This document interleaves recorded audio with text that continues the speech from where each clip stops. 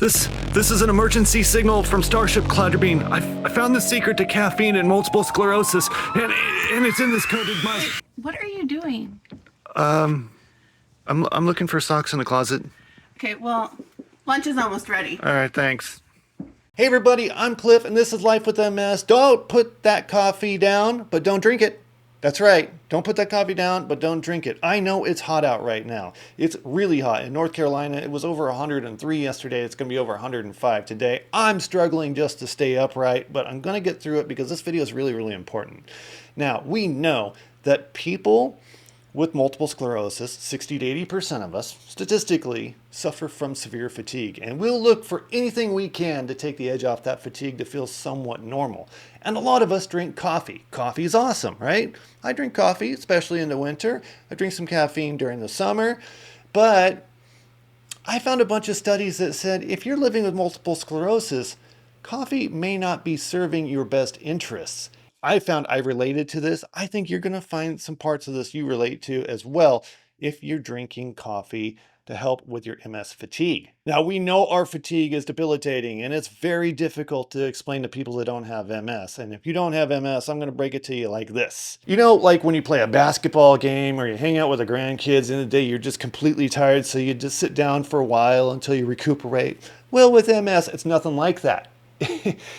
We're not recuperating from that fatigue. It is debilitating, and it affects our minds and our bodies. And it's like trying to run a marathon through wet concrete when someone's putting a lead blanket on you.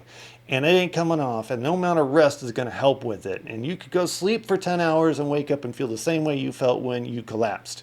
That's the messed up part about it. So we'll look for anything to take that edge off, and we'll try anything. And caffeine is one of those things. And if you're still holding that cup of coffee, put it down for a second, finish this video, and think about it. And here's where the science starts to get weird. All right, so let's start dropping some science. I found a lot of really cool research on this. There was a massive study of 4,500 people that came out last year, a meta-analysis. And basically what they did is they looked at people that drank coffee and their rates of MS. And what they found is people drinking coffee had a 22% less chance of having MS if they had like more than 1 cup a day. And some studies I found showed that there was a 30% less chance of MS if they were having like 3 or 4 cups of coffee a day. Now, is it the caffeine or the coffee that's doing this? I'm going to get into that. All right, so quickly before we get deep into the weeds of this thing, let me just say I am not a doctor, I'm not a nutritionist, I'm an engineer and a bald dude on YouTube just finding my way through the summer with multiple sclerosis. So none of this is medical or nutritional advice, it's just research I found that I wanted to share with you. Let's keep going. And what I've found is if you've already been diagnosed with multiple sclerosis, coffee can go from being a helpful hand to an actual saboteur of your fatigue. Things like coffee can actually trigger heat intolerance, additional fatigue, this kind of go hand in hand, and also a thing called autonomic dysfunction. And in this video, I'm going to talk about how caffeine backfires for those of us living with multiple sclerosis, and also some of the hacks we can do to better our daily output of energy. All right, so now why does coffee and caffeine make MS fatigue worse? Well, I think we have to look at how it functions in the brain. Throughout the day, your body builds up a byproduct as you burn energy, and this byproduct creates a sleepy signal. And this byproduct binds to certain neural receptors in your brain, and as it continues to increase, it kind of slows down your neural processing, building up a sort of sleepy pressure, if you will. And when you pick up that coffee and start drinking it, the caffeine goes in and it blocks those receptors from binding in your brain. And so those things are bypassed. And in exchange, we get a nice little stimulation of things like dopamine, which of course make us feel focused and alert. But here's the catch. Caffeine creates zero actual cellular energy. Now, it's just blocking things from going through. Basically, it's blindfolding your brain so you can't feel how exhausted you really are, which is why it works so well when you're sleepy. And while the caffeine is blocking those receptors, that byproduct, that sleepiness signal, is building up in other parts of the brain. And here's the trick. When that caffeine is metabolized, well, it eventually wears off and opens those receptors back up. Now that flood of built up sleepiness signals binds to those receptors and you crash. But for people with MS, this isn't just your everyday 2 p.m. I'm tired, I just need a quick nap. No, it's a debilitating, just absolute dump of energy that just goes through the floor. And we have nothing left when he hits. And it seems to almost exacerbate other symptoms that we have because we feel extra crappy. And that is living with MS. That's the fun part. Wait, that's not fun. But wait, there's more. Now your brain, because it's like, well, we need to do something about all this sleepy signal, it starts building more sleepy signal receptors. So now you need more caffeine to block more of those receptors. You see where I'm going with this? And before you know it, you're drinking like 4 or 5 cups of coffee just to reach your baseline you had a couple of weeks ago. You are a full-on coffee addict. I don't know. I don't even know if that's a thing. But it explains the headaches. All right, now let's switch over and talk about the research terminology, which is, let me see here, timing delay paradigm. And it suggests waiting 90 to 120 minutes after waking up to drink your coffee. This will allow your natural morning cortisol spike to clear out some of that sleepiness before you introduce caffeine, which might help prevent that brutal afternoon crash. And while we know the brain crash is bad, like it really, really sucks, in my studies that I found, the big deal is the effect on the bladder. So it's the downstream, pun intended, things that happen. And this really affects me personally, but this is also statistically relevant. The caffeine has a very negative effect on the bladder, especially for people living with multiple sclerosis, because we already have bladder control issues. We don't need help. We don't need caffeine coming in and saying, hey dude, let's party, especially when you're like 5 miles away from a bathroom.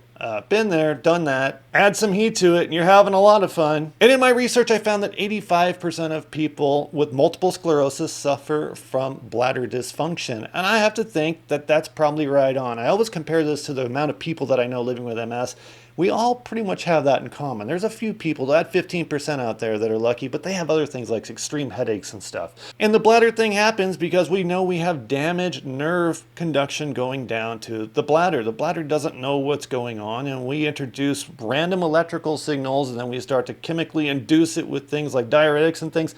All kinds of bad things happen, and we lose control. And from what I found, in 60% of patients living with multiple sclerosis, let's see, an overactive bladder means that basically the muscles randomly squeeze even when it isn't full. And I have the issue of sometimes it won't squeeze when it is full. Caffeine is a massive trigger for these spasms. And to add to the fun, caffeine is also a diuretic, which basically means it makes your kidneys work overtime and you're creating a lot of urine quickly. What could go wrong on a road trip with that combination? And not only does it create a lot of urine, that also irritates the muscles inside the bladder. So there's a lot of stuff going on here that's working against us. And in this research I found that if you are consuming 400 milligrams of caffeine a day or more, your chance of urinary incontinence goes up by 70%. That's a huge increase in what I call a liability. Better bring an extra pair of pants and underwear with you. Could be an interesting day. But let's also talk about the additional fatigue and its sleep disruption, right? They call it in the research sleep fragmentation. I call it getting up every 2 hours in the middle of the night, which is super annoying, whether it be draining the bladder or just not being able to sleep because of too much caffeine. And here's something I didn't know. Caffeine's neurological effects can linger, which means that cup of coffee you had at 11 a.m. could well be still in effect on your bladder all the way into bedtime. And maybe I've just been drinking my caffeine too late. Maybe I need to cut out caffeine altogether. What have you done? Comment below. And of course, this is going to have a compound issue. When you don't get enough sleep with MS, you have other issues. So like if we're getting up and pissing all night long, we're basically disrupting a good night's sleep. We need that like nice slow wave sleep. The slow wave sleep is a deep restorative sleep phase where your brain clears out toxic waste and repairs damaged myelin. Something I think we're pretty bad at. The way I would describe it when I don't get that slow wave sleep is I wake up groggy, I still feel super sleepy, and I feel like I've been hit by a car. And I have been hit by a car in the past. It hurts. And it's very similar. So what's our first reaction to not getting enough sleep and being tired? Well, we run for the caffeine. We drink more caffeine and we do what we can to get over our fatigue, and we try to mask the MS fatigue. And then we just have this domino effect where we're building on the issues we already have. Things are getting worse. And before we know it, we're drinking a ton of caffeine and it's just making things harder. It's a vicious cycle. And now I want to talk about this heat intolerance thing with caffeine in your system, because I know it definitely affects me. It's different with caffeine in my system because when I just get a little bit warm after I've had caffeine, I feel total exhaustion, super fatigued.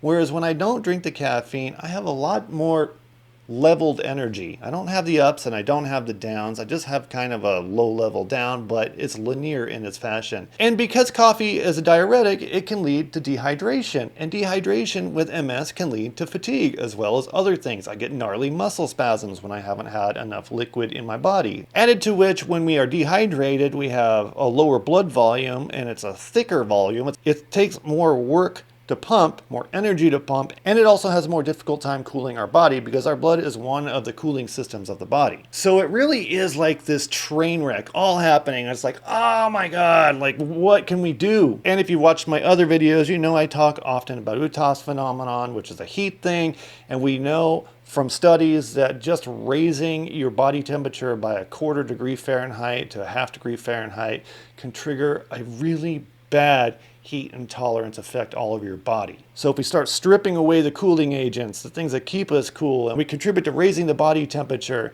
we're just setting ourselves up for failure. And while this all starts with MS, it's assisted greatly by things like caffeine, according to my research. And now you might be thinking, but I saw a study that came out a while ago that said coffee is great for multiple sclerosis. And there is some truth to that. In these small controlled studies, these trials that were put together, they were doing 100 to 200 milligrams in pill form they were giving to people, and it was helping with things like mobility. But in the real world, our caffeine is flavored with things. We have sugar, we have dairy, we drink it hot, we might be drinking it cold. All these things have an effect on MS. And if you think about the flavorings like the sugar, you could spike your blood sugar, and that will also contribute to a crash. All right, so I talked about all the things that can happen when you drink caffeine, but as usual, I want to not just talk about all the bad things that can happen. I want to talk about some of the things we can do to fix it. And these are some things I found online that people are doing. So let's get started. I wrote them down here. Number 1, caffeine fading. Don't quit cold turkey or you'll get terrible withdrawal headaches.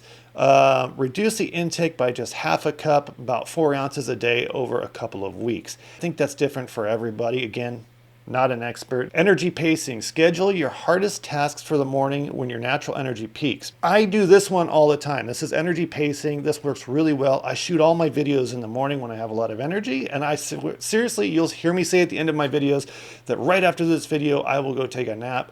I'm not lying. Number 3, which is the cooling protocols. Now, we talked about the electrical short circuits in the body, but using things like cooling vests or taking cold showers before you exercise or go out in the heat. I do this one too. Number 4, talk to your doctor. If your fatigue is just like kicking your butt in every way, shape, and form, only your neurologist is really going to know how to help you with that because they know you, they know your lifestyle, and they know your disease. So talk to your MS neurologist and have them make some recommendations. I always find that to work best for me. So it's not the end of the world. If you really like coffee and you really can't like caffeine, more power to you. But if you're experiencing any of this stuff, maybe it's time to look at other ways to manage it.